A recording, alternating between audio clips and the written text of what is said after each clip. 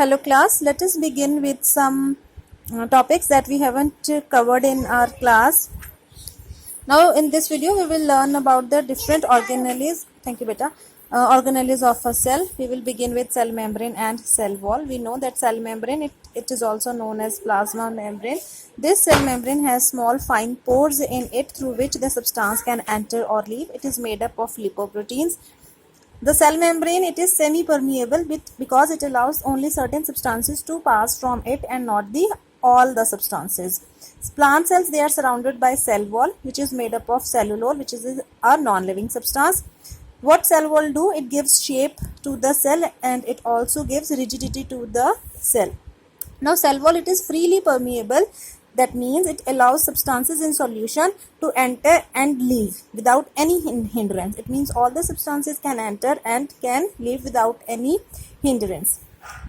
Now, one more important internal question lies here. See, cotton, jute and coconut fiber. What are they? They are the cell walls of their dead cells.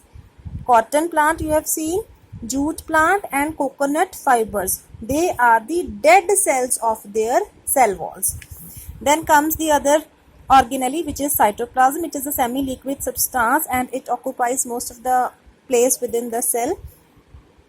See, this is cytoplasm. What happens? What function it performs? See, many chemical reactions, they take place in this cytoplasm because we know that chemical reactions, they take place only in a liquid state. In solid state, no chemical reactions they can take place.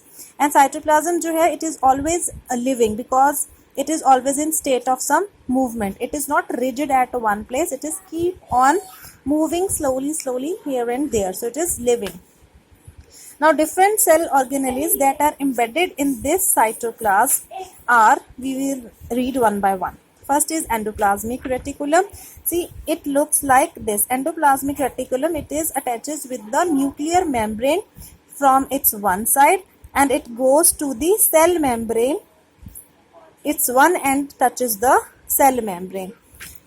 The endoplasmic reticulum, which is without ribosomes, it is known as smooth endoplasmic reticulum, and the one which bears these small dots over it, it is known as rough endoplasmic reticulum. They are of two types.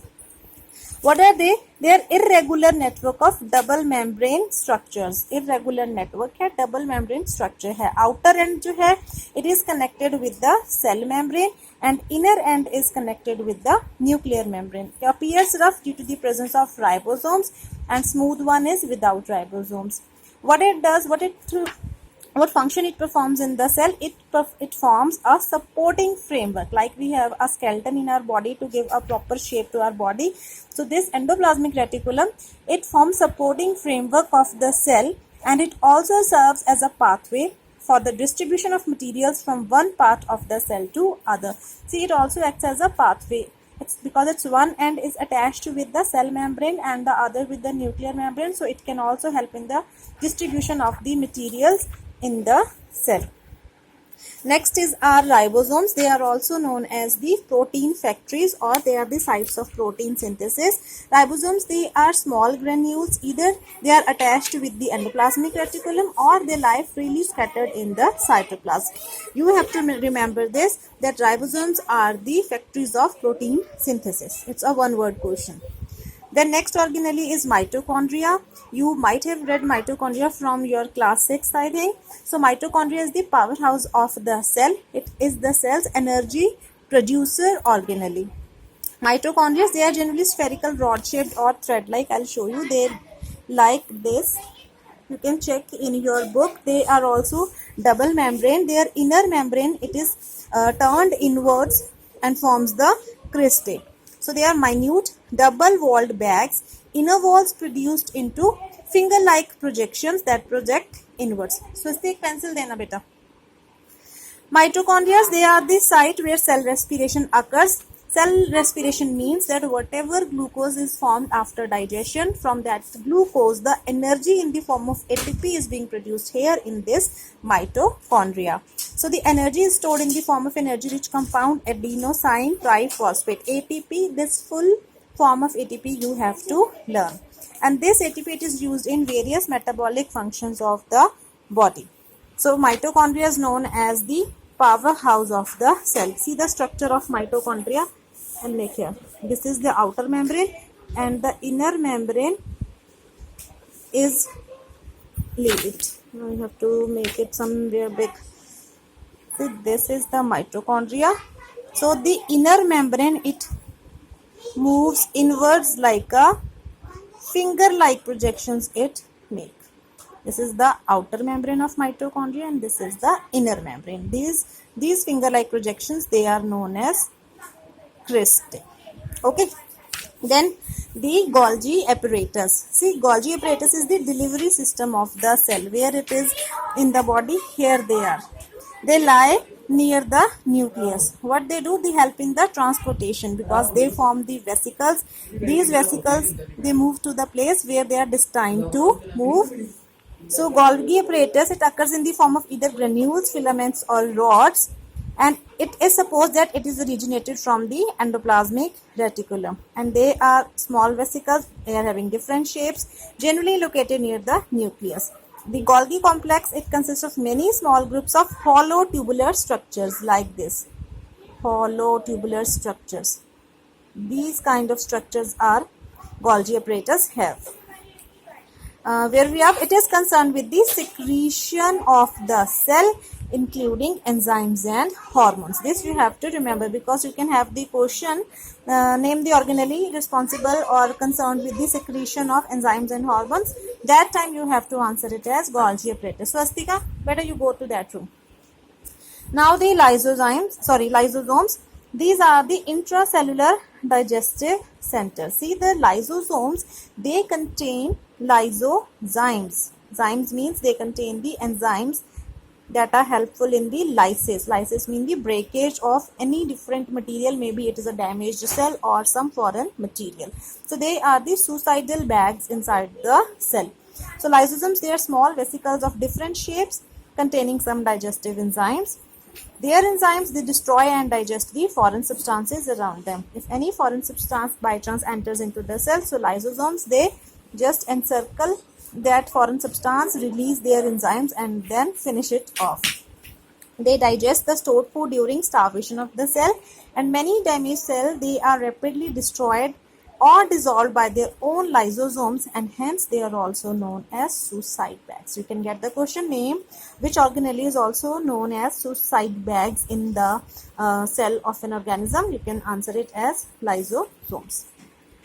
Then centrosomes and centrioles.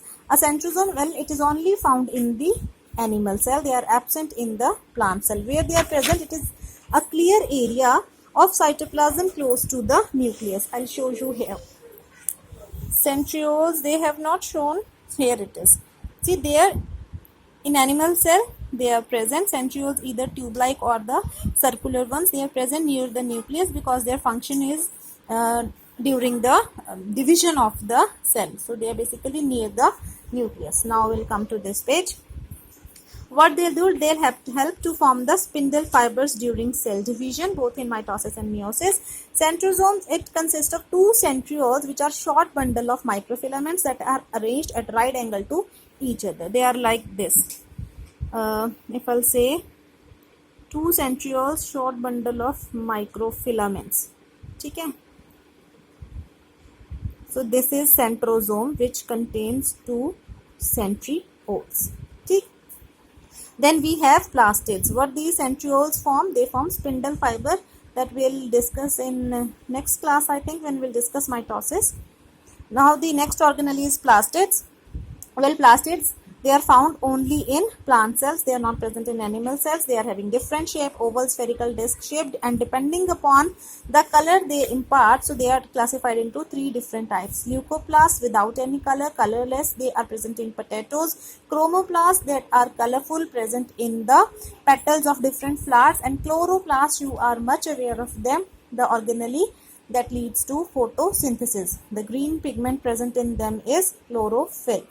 Okay. You can go through it better once. Nothing much to explain in them.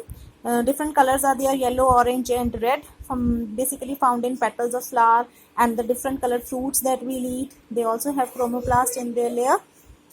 Xanthophyll is the pigment which is associated with the color yellow, and keratin is the pigment which is associated with the color orange and red. In carrot we have carotene. What else we have?